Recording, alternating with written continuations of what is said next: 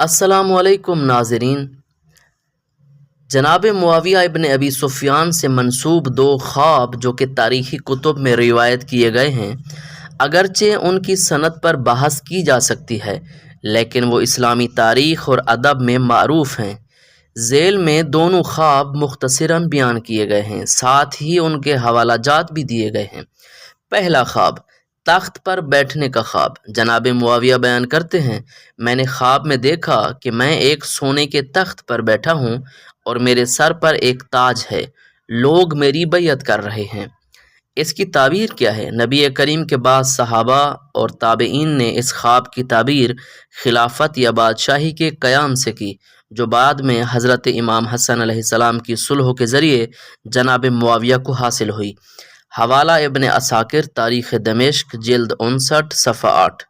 دوسرا خواب نبی کریم کی زیارت کے متعلق ہے۔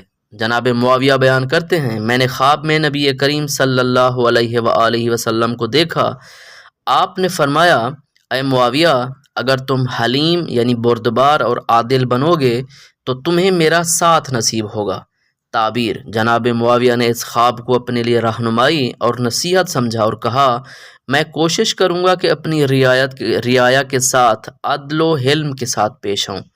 حوالہ امام ابن کثیر کی کتاب البدایہ والنہایہ جلد 8 صفحہ 128۔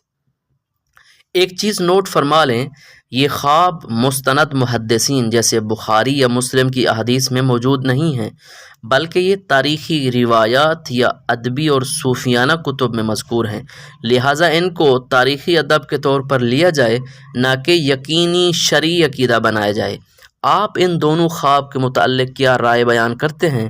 کمنٹ میں ضرور لکھیے گا۔